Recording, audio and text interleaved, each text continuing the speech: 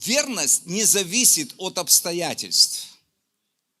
Обстоятельства испытывают нашу верность. Верность – это плод Духа. Библия говорит, что плод приносится в терпении. Другими словами, в тесных обстоятельствах. Мы проверяемся в верности не когда хорошо.